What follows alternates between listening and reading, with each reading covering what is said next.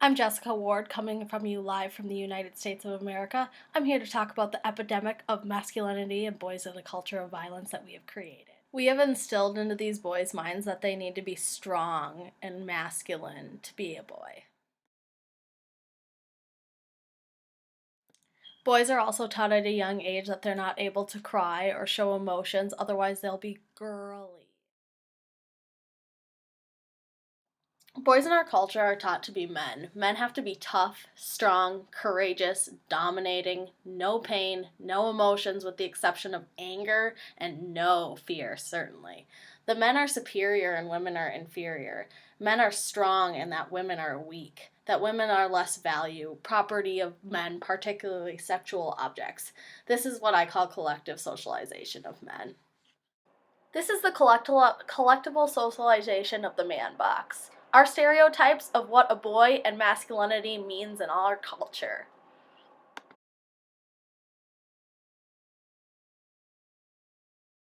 The socialization of boys regarding masculinity is often at the expense of women.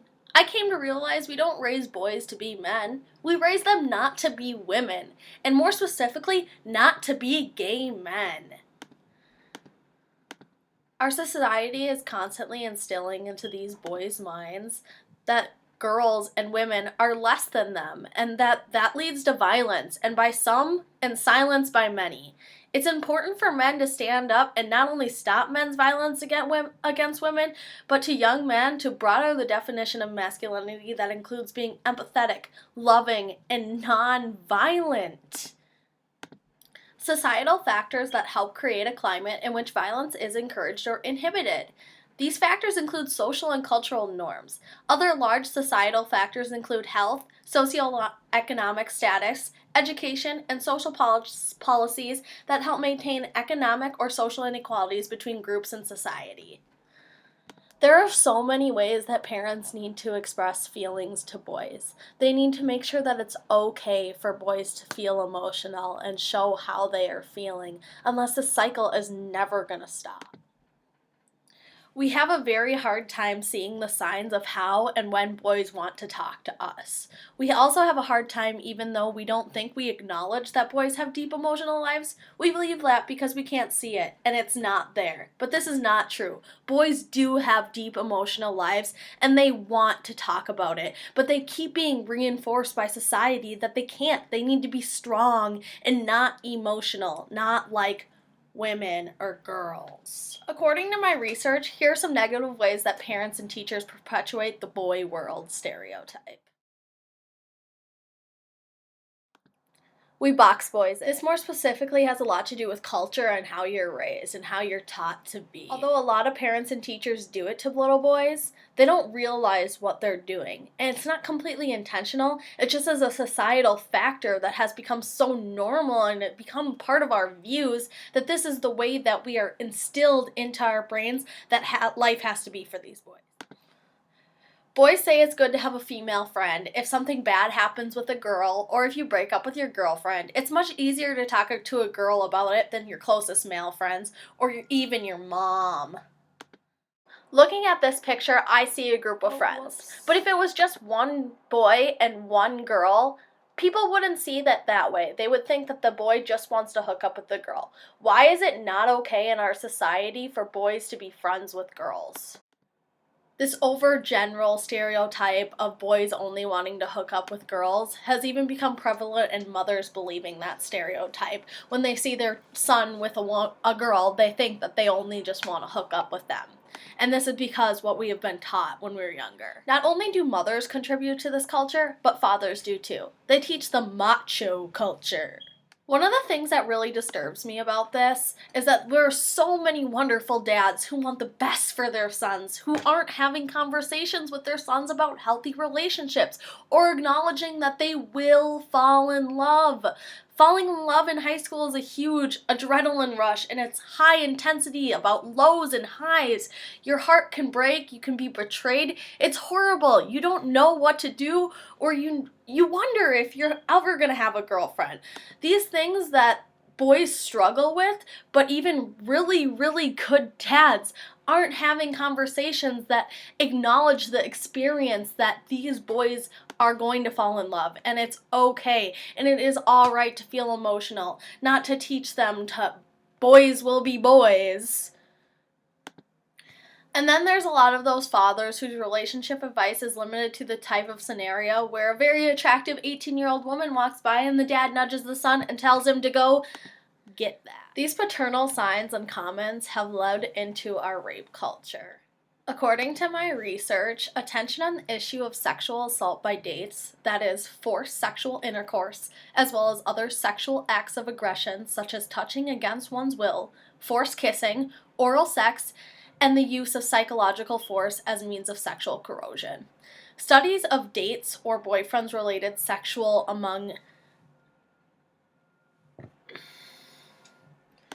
According to my research, attention on the issue of sexual assault by dates, that is, forced sexual intercourse, as well as other sexual acts of aggression such as touching one's against one's will, forced kissing, oral sex, and the use of psychological force as means of sexual coercion. Studies of dates and boyfriends related sexual abuse among young adolescents are far fewer than college students and young adults due to the difficulties to obtain permission from parents and school officials to survey minors about sexual experiences. Those under the age of 15, as the age of dating has increased in the past 2 decades, yet positive dating experience are basis for developing relationship skills among adolescents and an ability to be intimate with another person in the future relationships. When the process becomes a negative experience by having one's right or body violated, it has long-lasting effects depending on the nature and severity of the incidents. While date rape is considered to be the least reported type of rape, it can be psychologically damaging to the victim as being raped by a stranger, and especially for those young adolescents. It is also considered to be the most difficult form of rape to acknowledge and understand. Sexual assault by an acquaintance is only reported approximately 2% of the time. The reason for this underreporting may be partially explained by the fact that it is often difficult for people to consider forced sexual intercourse between the people who are dating and or romantically involved as rape.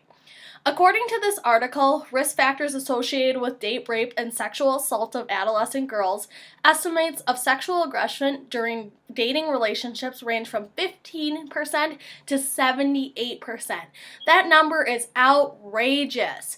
Risk factors include variables that can be classified as family, puberty timing, dating behaviors, and previous sexual activity, peer relations and activities. According to my research, attention on the issue of sexual assault by dates, that is, forced sexual intercourse, as well as other sexual acts of aggression such as touching one's against one's will, forced kissing, oral sex, and the use of psychological force as means of sexual coercion. Studies of dates and boyfriends related sexual abuse among young adolescents are far fewer than college students and young adults due to the difficulties to obtain permission from parents and school officials to survey minors about sexual experiences.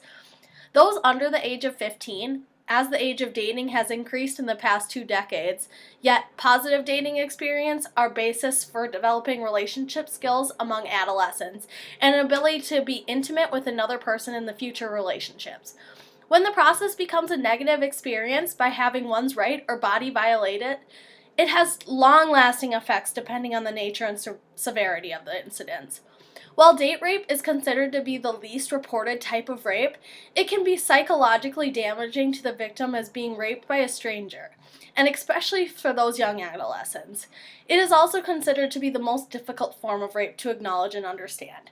Sexual assault by an acquaintance is only reported approximately 2% of the time. The reason for this underreporting may be partially explained by the fact that it is often difficult for people to consider forced sexual intercourse between the people who are dating and or romantically involved as rape. According to this article, risk factors associated with date rape and sexual assault of adolescent girls, estimates of sexual aggression during dating relationships range from 15% to 78%. That number is outrageous. Risk factors include variables that can be classified as family, puberty timing, dating behaviors and previous sexual activity, peer relations and activities, and emotional and psychological status.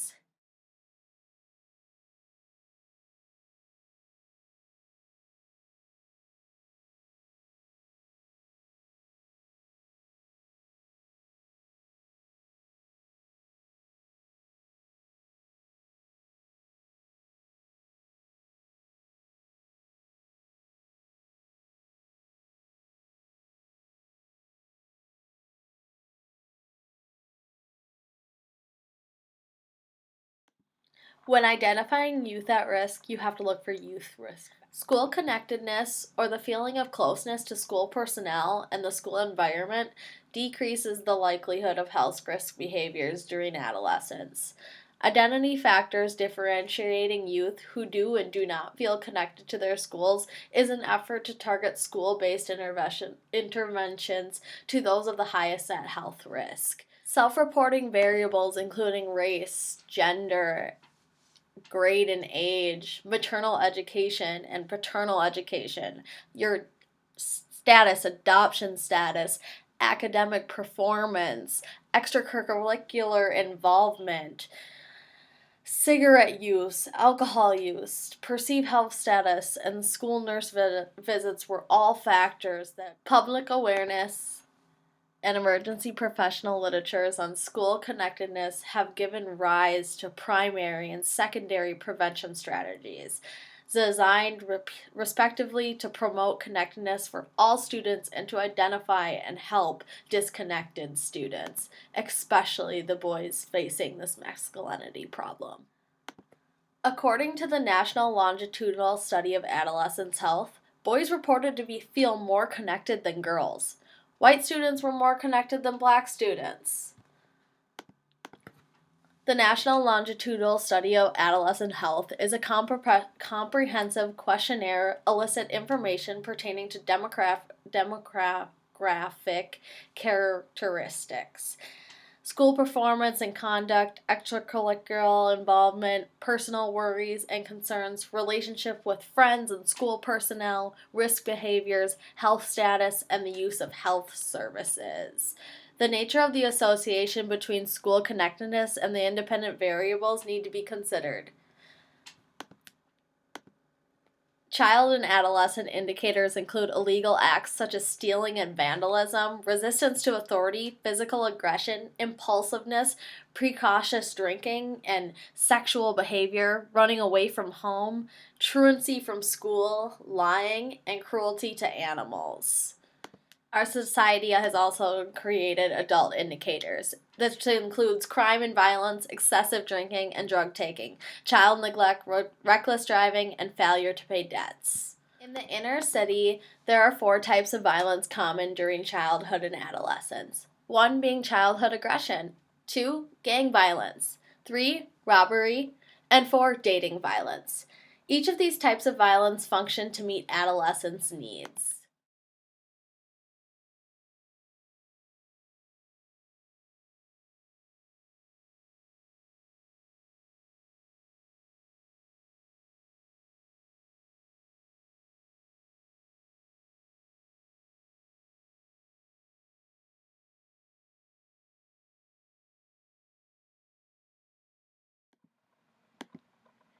Five goals important to adolescents that might result in violence include achieving and maintaining high status, materialism, status and social identity, power, rough justice, social control and self help, and the defiance of authority.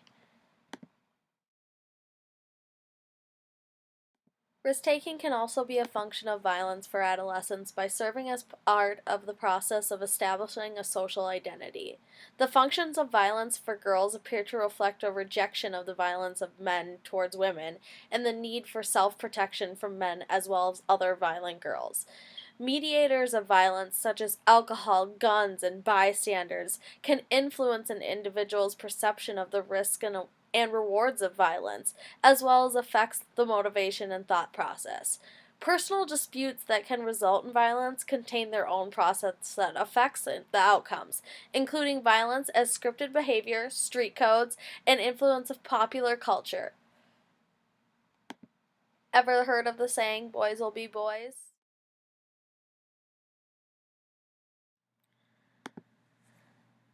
The culture you are raised in defines your attitudes, behaviors, cultural norms, cultural values, expectations of behaviors, and your beliefs. So, culture is a direct representative of how you learn. Behaviors, including criminal behaviors, follow from a product of those ideas and those beliefs coming from your culture. We learn by association. We develop habits through the association of stimuli with responses, through the association of memories, ideas, and expectations. Ideas resulting in behaviors either criminal or non-criminal.